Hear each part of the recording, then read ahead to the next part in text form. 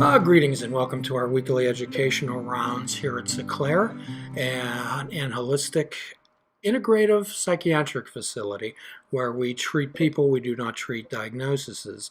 My name is Jim Ellermeyer. I'm a behavioral health therapist here at Sinclair, and each week we attempt to take some topic of relevant interest and bring that out into the public, and also offer you some real life and real time ways to deal with what our presentation is. And today I happen to be joined by two of my colleagues. On my right would be... I'm Michelle. I'm a physician assistant student. And on my left? I'm Marissa. I'm also a physician assistant student. Right.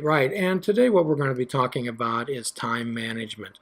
And quite often in life, people would just tell you to snap out of it, or people would tell you to get a grip, or people would tell you to cheer up, or people would say, when life gives you lemons, make lemonade, right? Mm-hmm. So did anyone ever tell you that? When life gives you lemons, make lemonade? Did they ever give you the lemons, or the sugar, or the water, or the pitcher, or the stir, or the instructions? No. Well, that's what we're going to attempt to try to do today. Okay, to help people. And one of the biggest issues that cause anxiety and stress in our country in particular is time management. And time is something that's an artificial construct that we impose upon our lives, do we not? Yes. So you two are physician assistant students, and I understand that being a physician assistant student is more of an endurance test rather than a learning experience. And if you stand at the end, you win, right?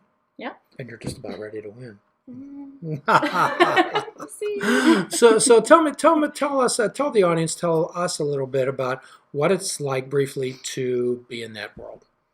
Well, it's a very big commitment for 27 months, and it kind of gets hard because you don't really feel like you're living. You're just doing only school, which 27 months, sometimes you think you can do anything in 27 months, but it still gets hard because I feel like I'm missing out sometimes on things I'd like to be doing. Mm-hmm. Marissa? Yeah, like Michelle said, it's just you basically have to change your life to dedicate your life to PA school for those 27 months or however long your program is. And it is hard because you used to be able to do a lot of things with your friends and family, and they might not understand why you can't do everything you used to do.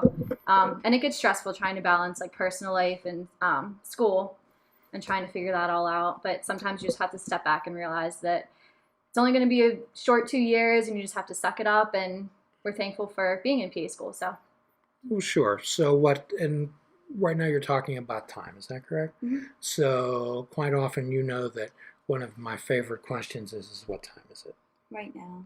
And I know that you know that answer by now. Mm-hmm. So the idea is, what does right now mean to you? It means that you're just right in the moment. You can't change what's happening in the future or what has happened. You can only focus on what's going on right now. Right. So how often Marissa, do we hear people say, time is money, or time is of the essence? Time flies. Time is relative, Michelle. Time is on my side. We measure time. We lose time. We kill time. How often have you said recently, I don't have enough time? A lot. A lot. What's a lot? Tell us what a lot is. Probably a couple times a week, maybe if not every day, depending on the week. But Michelle? I last said it today. You said it today? I did. Do you think you'll say it again today? Yeah. So the idea is, for everyone out there, how often do you say, I don't have enough time? I don't have enough time. I don't have enough time. And how much often do we worry about not having enough time and not getting the things done that we want to? A lot. Then we spend too much time worrying about not having time. And of all the substances, Marissa, that we abuse on this earth, whatever that is, drugs, alcohol, gambling, shopping, sex, flipping coins, eating popsicles, one of the substances we abuse the most is time. Is it not? Mm-hmm. So how, in your perspective, how do people abuse time?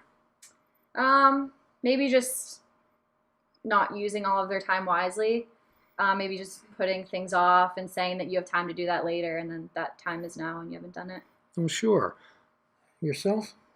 I know for myself, I waste a lot of time worrying about what I need to do rather than just focusing on it and doing it. Sure. I'm just worrying, so I waste my own time. And this comes from the 12-step world, Marissa. What we call that is paralysis by analysis. Have you ever felt so overwhelmed that you got nothing done? Mm-hmm. Marissa? Yep. Absolutely. Sometimes you just lay on the couch and you're paralyzed and you just can't get anything done. So keeping that in mind and keeping the time thing in mind, let's imagine our lives as, and all the stuff that we have to do as stones. Okay? We know, and we all create mountains of stones, do we not? Mm-hmm. So if a person came up to Marissa and Michelle and Jim and said, I'm going to give you 1 month to move this mountain, then we'd sit back and we'd say, it's too big. We can't move it. How are we going to do it? So the idea is that in 1 month, that person might come back and say, Michelle, you haven't moved that mountain. What would you say to them? I know. I can't. I can't. Mm-hmm. It's too big. It's too big. So you've wasted a month worrying and wondering about that, have you not? Mm-hmm. So one person walks past that mountain and takes one stone and walks away. Mm-hmm. Okay? And in 5 seconds, they have moved more of that mountain than we have in a month. So the idea, what I'm talking about, is the idea of mindfulness. And mindfulness at its simpleness is simply paying attention on purpose. Paying attention on purpose. Accurately in describing the situation that we're involved in. So we're, Michelle, in that moment, in that moment and in that time. One of the things that I commonly hear among, have you ever met anybody that has, you've asked them and they said they're killing time? Mm-hmm. Have you ever done that? Have you ever said that? Yeah. And how often do you say, I don't have enough time? All the time. So tell me how those two things fit together. I don't know. If you're saying that you're killing time, you're kind of implying that you're wasting time until you get to whatever else you have to do. But Right. you're saying if you don't have enough time, like whatever you need time for, you might as well use that time that you're killing. So let me ask you this. What is your favorite color? Pink. Pink. And your favorite color is? Pink. This makes it really easy. So tell me what your favorite symbol is. Right now, it would come to you. Star. A star. You have a pink star. And Michelle? A heart. You have a pink heart, a pink star and a pink heart. Okay, so the idea is that these pink stars and pink hearts are not Crayola crayon color. Okay? What they are is they're vibrant, they're alive, and they're glowing, and they're flexible, and they're shimmering. They're the most magnificent objects in the universe. So what else are we born with but time, Marissa? We don't know how much. You have time, correct? Yeah. So let's imagine that this time is, you have time as a bag full of it on your hip.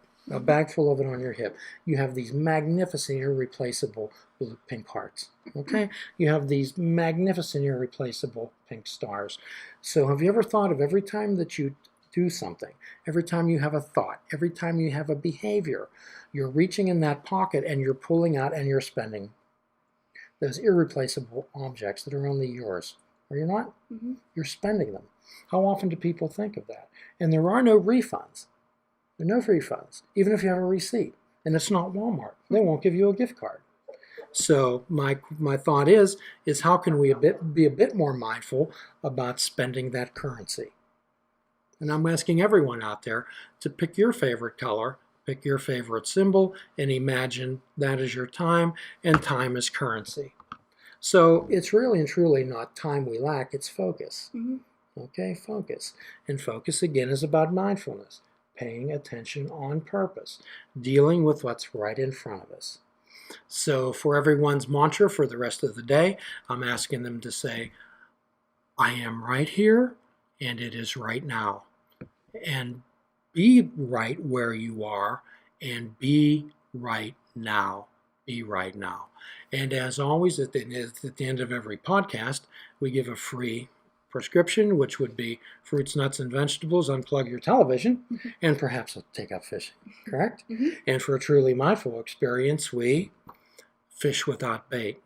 No expectations. Take the expectations out of your life. It's when we set definitive expectations that we end up setting ourselves up for disappointment and failure. Fishing without bait would be the best way that I could imagine we could do that.